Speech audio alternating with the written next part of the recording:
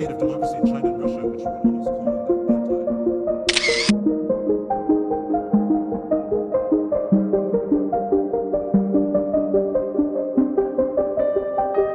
call in December of last year with a very interesting and intentional title.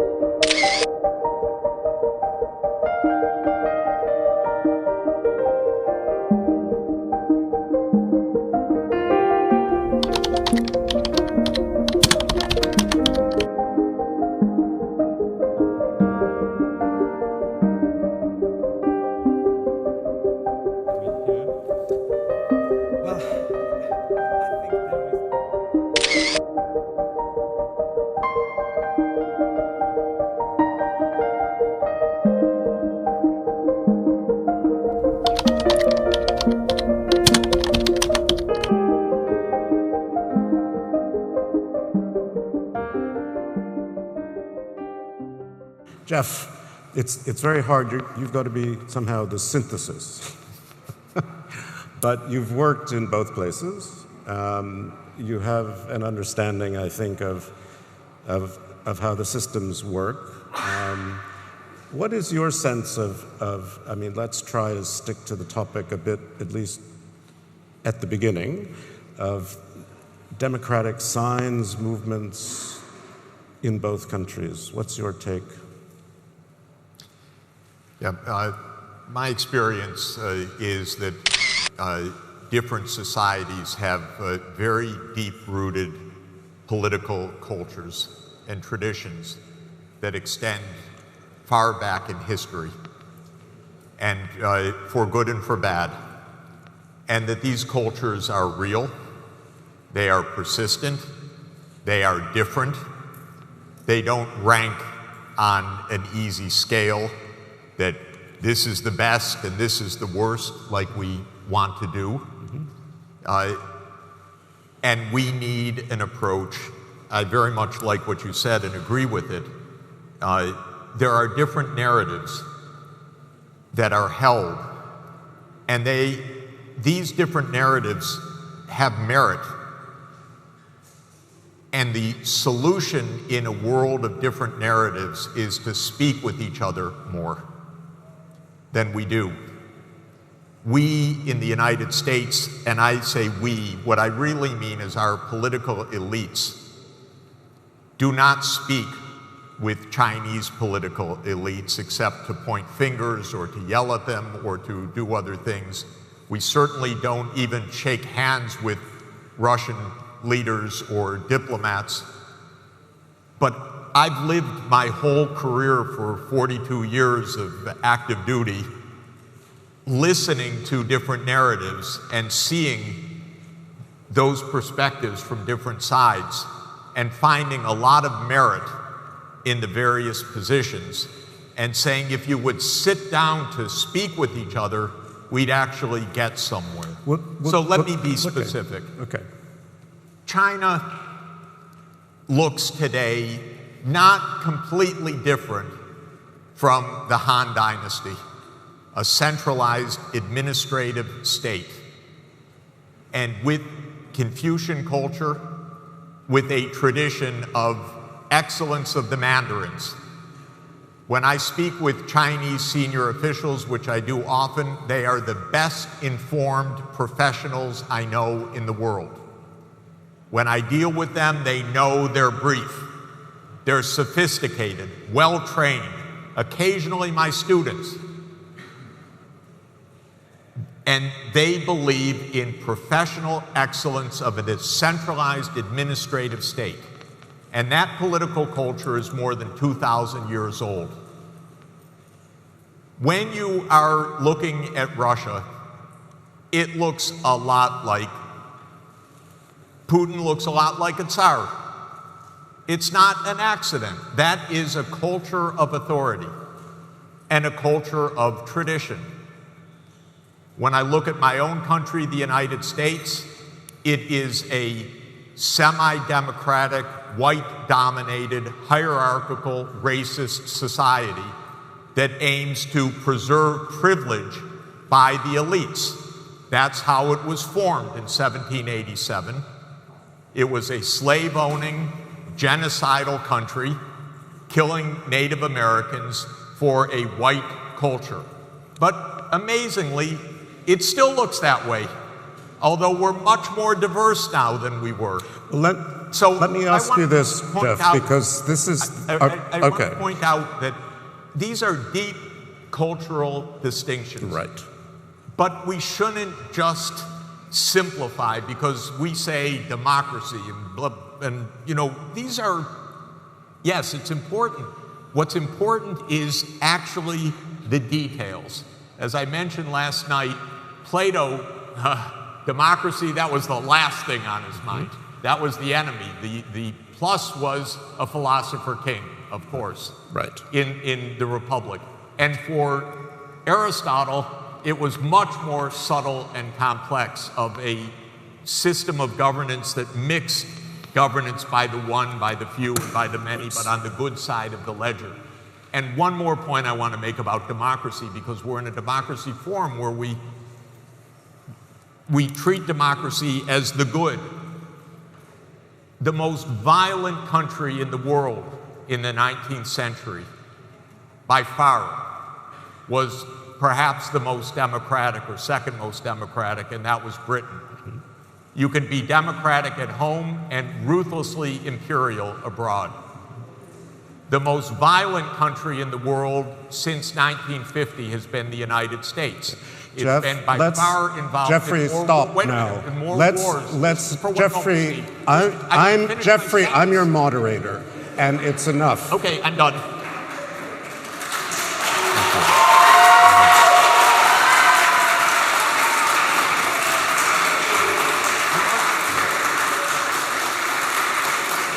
I'm not here to defend one system or another, nor am I here in any way except to facilitate a conversation and to stop speeches.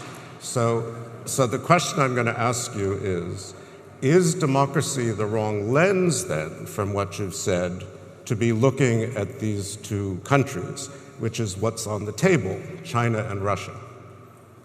Is it to be? Is it the wrong lens Yes. through which to be looking at these two countries? The single biggest mistake of President Biden is to say the great struggle of the world is between democracies and autocracies. The real struggle of the world is to live together and overcome our common crises of environment and inequality.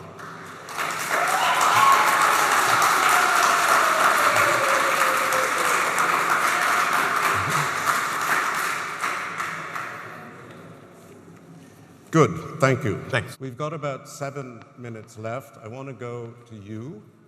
I think there's a lot going on here, and I want you to keep it going.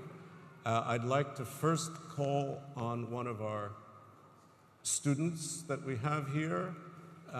You're very far away, so someone should stand up and raise their hand so I can see them.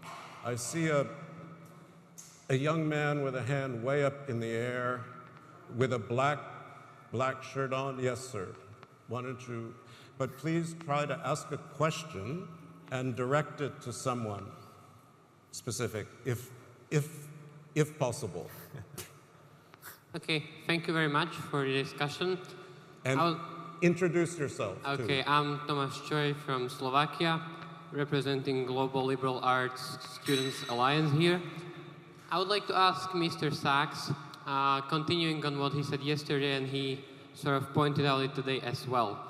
What you mentioned is that the United States and the West lacks moderation, and you sort of hinted on that as well. I come from Slovakia, as I've said, and I would like to ask you, what do you mean by your sentence or by your hint that the eastward expansion might have caused, or the NATO might have caused the invasion, and whether Slovakia as a sovereign country shouldn't have the right to decide where it belongs, mainly NATO. Thank you. That's clear. Let's take one more question from back there. Yes, sir. Hi. Good morning, everybody. I'm from Hong Kong, and I'm representing the Global Liberal Arts Alliance, and I'm going to ask a question about that. So, Mr. Sachs, yeah, you just raised that we should, the top political agenda is to alleviate inequality instead of arguing with each other which one is not democratic or democratic. But there are indeed authoritarian regimes which are they really motivated to tackle inequality while they build gulags in Xinjiang, jailing students and dissolving civil society in Hong Kong, and fading a history of large-scale killings in the Cultural Revolution? Well, I'm risking my only freedom of speech of saying that because I live in Hong Kong. But is that hypocritical or morally decent for the West to collaborate with them to alleviate inequalities as the first agenda to solve, while not condemning their That's the good. dangerous It's clear. Thank you. Thank you. That's clear. Yeah, thank you. Jeff, do you want to respond to those first? Yeah. My view is that we need a world that operates under two major charters. One is the United Nations Charter, and the second is the Universal Declaration of Human Rights, which is our moral charter. That's a multilateral charter. It is based on the idea of international cooperation that was envisioned after the horrors of World War II. It is, in my view, the basis for peace. In 1990, the basis for peace, when Gorbachev called for the end of the Warsaw Pact, was the end of NATO, actually, as well, and Europe living under a European security framework, and that's what the OSCE could provide. I've never been a fan of NATO since the end of the Soviet Union. NATO was a military alliance of the United States created to defend against a Soviet invasion of Western Europe. And the United States and Germany promised Gorbachev in 1990 explicitly that with the dissolution of the Warsaw Pact and with the reunification of Germany, NATO would not expand eastward. That promise was immediately reneged by Clinton and then by Bush, and then it has continued under Obama and under Trump, up to and including NATO in the Black Sea, which, if anyone knows the history of the Black Sea, is absolutely viewed by Russia as the core of Russian security. And so it is a pure provocation, in my view. And it is a predictable outcome that we have this kind of explosion. So to my mind, prudence, that was the idea that I was emphasizing yesterday. Prudence, which is one of the four virtues, practical wisdom, it's often translated, or phronesis in Greek, means situational awareness, that you act in a way which is wise. And that's what we are lacking right now. And I know exactly why we're lacking it, because in 1992, the leaders in my country, many of my colleagues at Harvard and elsewhere, said, we are now the unchallenged colossus of the world. We can do what we want. Jeffrey, and just to say, and wait, just let me, because he asked, I'm going to finish the answer, and then I will give the floor to you. Sorry. So, okay. Just to say, if you say who made most of the wars of recent years, first NATO bombed Serbia in 1999. UN, no way. The invasion of Iraq under complete lies, not misunderstanding, but lies. The CIA operation to overthrow Assad in 2009. I think you've answered the NATO mission Jeff, to overthrow Gaddafi. And then we say, how can anyone launch a war? Well, 4 of the last 5 came from the United States side. And NATO enlargement did as well. We need some balance and prudence. That's my point. You've answered the question last night at great length, and you've answered it again at great length. So, honestly, Yaroslav, respond, and then we're out of time. Sure. I am a bit surprised because, as I have already said, in 1989 and afterwards, you, Jeffrey, promoted the liberty and democracy and values, not. And what it means, it means that today, if we try to blame the West for the war, it is to take away responsibility, a whole or a part, whatever, from Vladimir Putin. It was he who took the decision of leading a war in February. And we really, it's very ambiguous to take this responsibility out of him. That was his personal decision that he justified in many ways. And the second point, it is fascinating to me to see that your person, in particular, you were a promise for me for the liberty that eventually we could get out of these horrible spheres of influence and stand for the human rights and self-determination of nations, and in fact to get out of the trap of history. What it means not only for Poland, but for Estonia and Lithuania and Latvia, to get out of the history trap and No, I understand. Yaroslav, get out of 300 years of listen. Wait. For the God's sake, where are the human rights? I've completely failed you as your moderator, for which I apologize. We have a really good conversation going. We will continue it later because the whole. We're on the same side. Oh, and I okay. want to explain one thing. So one thing. 30 seconds, 30 seconds. And then we have to keep going. And I do apologize. I love this conversation, but it's the wrong place to have it all day long. I love your country, and I worked as hard as I possibly could for it. And I want you to know that once the Solidarity government took power with... You were with us. Not you were only, on our not side. only I was helping to devise that with Prime Minister Mazowiecki, who made it possible? Mikhail Gorbachev. Actually, with the call with Adam Mitnick, a very fascinating moment in history. So it's more complicated than this. We need both sides working together, and it's possible. Great. I think we've explained a bit of what our complications are. We will keep talking because democracy is about debate. He says in a great cliche, but it's true.